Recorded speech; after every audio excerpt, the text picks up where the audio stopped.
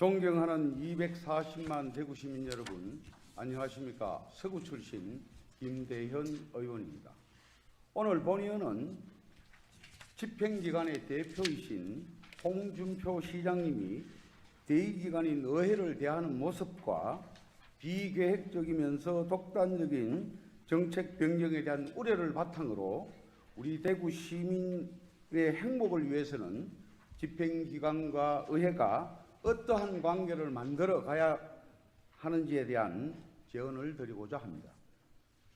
민주주의는 권력을 견제하는 과정에서 발전해 왔고 권력은 절차로 견제되어 왔습니다.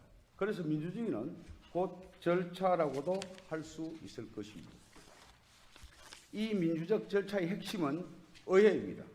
이는 정책 추진 시 대의기관인 의회를 거치도록 함으로써 행정 권력의 남용을 방지하고 그로부터 주민을 보호하기 위한 것으로 헌법에 명시되어 있습니다. 즉 의회를 통해 주민의 의사가 행정에 반영되도록 한 것이 현재 의회 제도라는 것입니다. 의회 근간을 이루고 있는 의원들의 존재 가치는 집행기관의 철저한 감시와 견제에 있다 해도 과언이 아닐 것입니다. 또한 집행기관이 의회의 조정과 견제를 불편하게 여기면 이는 주민들의 의사를 경시하는 것이 될 것이고 결국 독주를 낳게 될 것입니다. 그래서 집행기관이 쉬는 정책에 대하여 민의를 대변하는 의회의 목소리에 귀 기울여서 우려되는 문제를 사전에 차단하고 결과에 대한 시행착오를 최소한으로 줄이려는 노력을 해야 할 것입니다.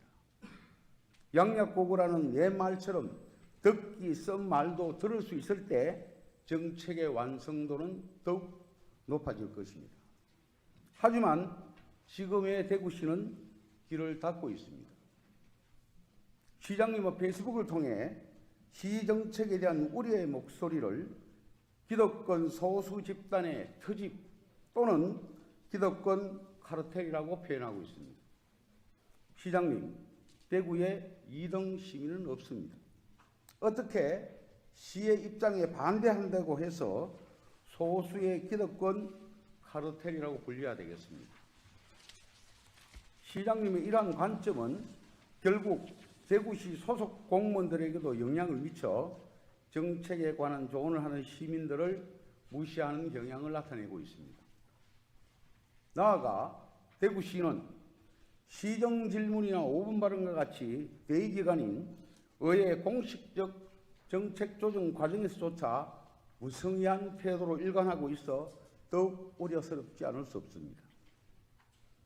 우리 의회는 지난 7월 새롭게 출범하는 시정에 힘을 실어주기 위해 거수기라는 언론의 비판을 감수하면서까지 시의 각종 개편안을 적극 지원했습니다.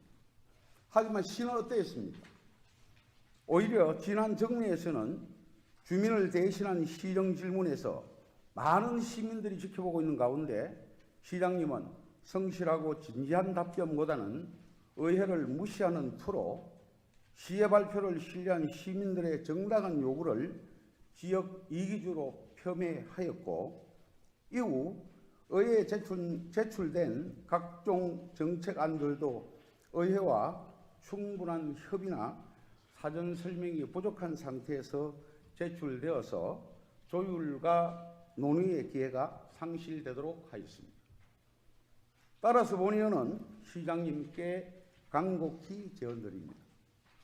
대구시의 정책 수립이나 변경 시에 이에 대한 의회 비판에 좀 더 겸허하고 진솔한 자세로 임해 주십시오. 의회를 존중해 주십시오. 주민의 목소리가 정책에 반영될 수 있도록 의회에 그 계획을 공유하고 언론 보도에 앞서 의회와도 먼저 소통하는 자세를 견지하는 것은 예측치 못한 시행착오를 줄여서 반드시 정책 성공의 지름길이 될 것이라 믿어 의심치 않습니다.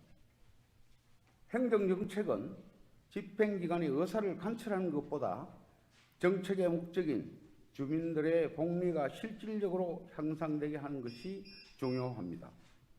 따라서 의회에 집행기관의 정책을 공유하고 사전 설명하는 것을 마다할 이유는 없을 것이며 본의원 또한 그 성공을 위한 어떠한 노력도 아끼지 않을 것입니다.